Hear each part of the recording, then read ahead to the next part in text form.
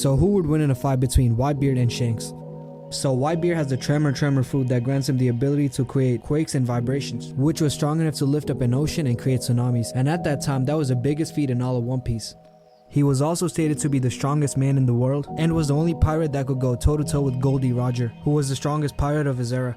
Not to mention that he was the most feared pirate in the world, and they needed all the admirals and warlords to stop him from saving Ace. And it was also stated by Sengoku that he could destroy the planet if he went all out.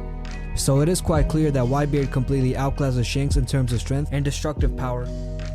As for Haki, Whitebeard has all three types of Haki, which includes Ornament, Observation, and Conquers. Although we did not see Whitebeard use Conqueror's Haki in Marineford, we saw him use it against Gold Roger, so his Conqueror's Haki might be top tier at the very least. As for Observation, he is not as good as Shanks, since Shanks can look a lot far into the future. Alright, so now let's take a look at Shanks' abilities.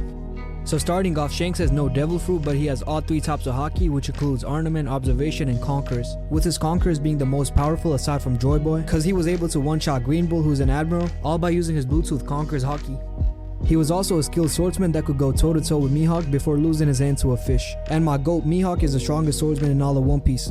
As for Observation, he might have the best Observation Haki in the verse, since he was able to see a long time into the future while fighting Kid. Not to mention that you need a good Observation Haki to go toe to toe with Mihawk, so Shanks is better in terms of Conquerors and Observation.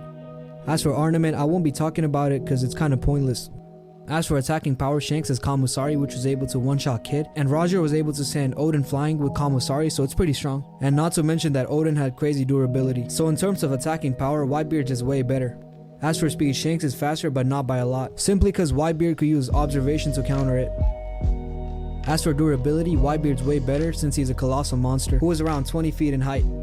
Not to mention that he got shot multiple times in Marineford, and fought a Kainu who has the most powerful Devil Fruit when it comes to attacking.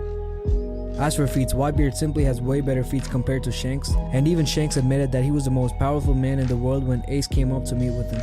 And it's been stated a ton of times that Whitebeard's the strongest man in the world, while Shanks does not have any other feat other than stopping Kaido and going head to head with Mihawk. Not to mention that Whitebeard could have defeated Blackbeard if he wanted to, and Shanks was struggling against Blackbeard without a Devil Fruit, and he got a scar in his eye because of that. So in conclusion, I think Prime Whitebeard would take the win.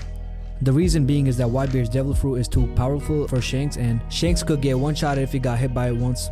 Even though Shanks could avoid getting hit clean, Whitebeard's ability to create quakes would pose a threat.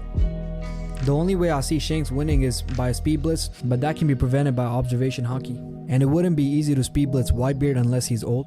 At last, despite Whitebeard not looking for the One Piece, his bounty was over 5 billion berries, which means he's a bigger threat than Shanks who's looking for the One Piece. So it's pretty obvious that Whitebeard's stronger than Shanks, unless you're talking about an old Whitebeard with cancer who's on life support.